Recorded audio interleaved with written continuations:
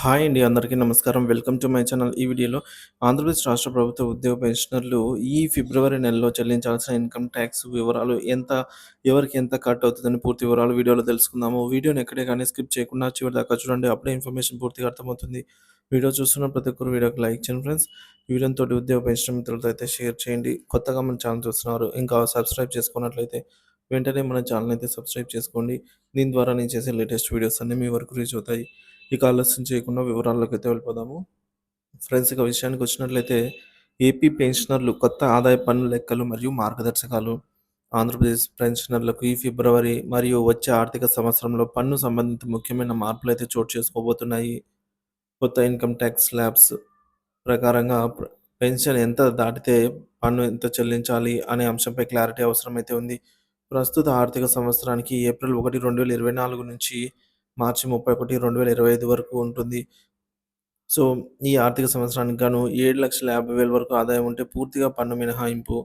అలాగే 4,00,000 నుంచి 8,00,000 మధ్య ఆదాయం ఉంటే 5% పన్ను చెల్లించాలి. అలాగే 12,75,000 వరకు పన్ను లేదు.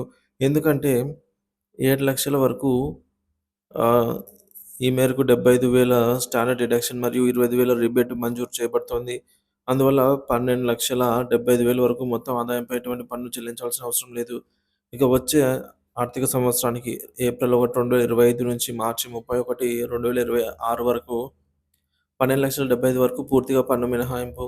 4,00,000 నుంచి 8,00,000 మధ్య ఉంటే 5% పన్ను.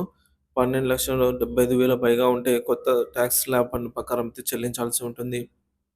స్టాండర్డ్ డిడక్షన్ 75,000 అలాగే కొనసాగుతుంది. రీబేట్ మాత్రం 60,000కు పెరుగుదల చేయడం జరిగింది. సో, దీంతో పెన్షనర్లకు మరింత లబ్ధి కలుగుతుంది.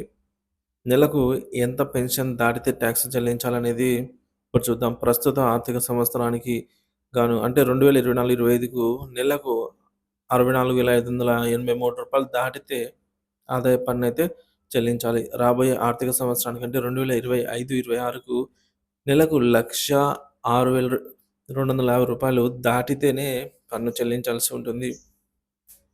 సో, డిఫరెన్స్ చాలా అయితే ఉందండి చూసుకోవచ్చు. ఈ కొత్త ఆదాయ పన్ను నిబంధనలు ఎప్పుడు అమలులోకి వస్తాయంటే ఏప్రిల్ 1, 2025 నుంచి మార్చి 31, 2026 మధ్య కాలంలో సంపాదించిన ఆదాయానికి కొత్త టాక్స్ స్లాబ్‌లు వర్తిస్తాయి. అందువల్ల పెన్షనర్లు కొత్త మార్గదర్శకాల ప్రకారం తమ ఆదాయాన్ని లెక్కించుకొని పన్ను మినహాయింపులు పొందేలాగా ముందస్తు ప్రణాళికలు చేసుకోవాలి. పెన్షనర్లకు ఇది ఎందుకు ముఖ్యమైన మార్పంటే పన్ను మినహాయింపు పరిమితి పెరగటం వల్ల ఎక్కువ మందికి లబ్ధి కలుగుతుంది. రీబేట్ పెరగటం వల్ల పెన్షనర్ల ఆదాయంపై తక్కువ భారం పడుతుంది.